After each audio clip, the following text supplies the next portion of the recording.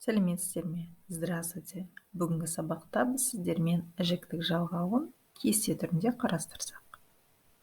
Давайте на уроке сегодня мы с вами рассмотрим личное окончание в виде таблицы. Итак, сонымен бірінші жақ, первое лицо, мен, я. Егер де соңғы дыбыс дауысты немесе үнді дыбыстарға аяқталса, жекеше түрде мын-мен, көпше түрде мыз-міз жіктік жалғаулары жалғанады. Если последний звук слова после гласных и сонорных в единственном числе добавляем мын-мен, во множественном числе мыз-міз. Уяң, з-ж дыбыстардан кейін бын-бен, көпше түрде мын-ңы дыбыстары қосыла отырып, біз-біз жалғаулары жалғанады. После звонких зж в единственном числе добавляется окончание бын-бен. Во множественном числе после мын-ңы добавляется окончание біз-біз. Қатаң және ұяң бвгд дыбыстардан кейін пын-пін, көпше түрде пыс-піз жалғаулары жалғанады.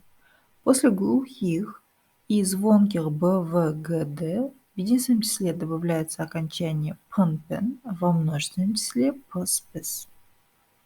Екінші жақ, второе лицо, сен, ты. Барлық дауысты және дауыссыз дыбыстардан кейін сың-сің, көпше түрде сыңдар, сіңдер жіктік жалғаулары жалғанады.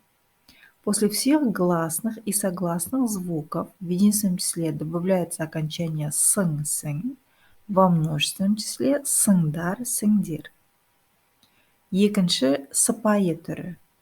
Сіз, вторая вежливая форма вы. Барлық дауысты және дауыссыз дыбыстардан кейін сіз, және көпше түрде сыздар, сіздер жалғаулары жалғанады.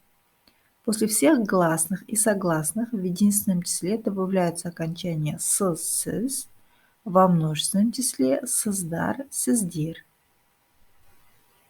Үшінші жақ, третье лицо, ол, он или она. Бұл жерде жіктік жалғауы жалғанбайды, яғни нөлдік жалғау. Здесь не добавляется личное окончание, то есть нулевое окончание. Мысал ретінде қарастырайық. Сонымен бірінші жақ. Давайте рассмотрим на примерах. Итак, первое лицо, мен, я. Анамын, я мама. Мен әкемін, я папа. Біз ақылдымыз, мы умные. Біз күштіміз, мы сильные. Мен аспазбын, я повар. Мен тезбін, я быстрый. Біз қоғамбыз, мы общество. Біз кімбіз, кто мы. Мен қазақпын, я казах. Мен неміспін, я немец. Біз тоспыз, мы родня. Біз әріптеспіз, мы коллеги. Кестемізді жалғастырайық. Продолжаем нашу таблицу. Екінші жақ, второе лицо. Сен, ты. Сен әдемісің, ты красивая. Сен бастықсың, ты начальник. Сендер шыдамдысыңдар, вы терпеливые. Сендер әншісіңдер, вы певцы. Екінші сыпайы түрі, вторая вежливая форма. Сіз, вы. Сіз көмекшісіз, вы помощник. Сіз мамансыз, вы специалист. Сіздер қонақсыздар, вы гости. Сіздер көршісіздер, вы соседи. Үшінші жақ, третье лицо. Ол, олар, они.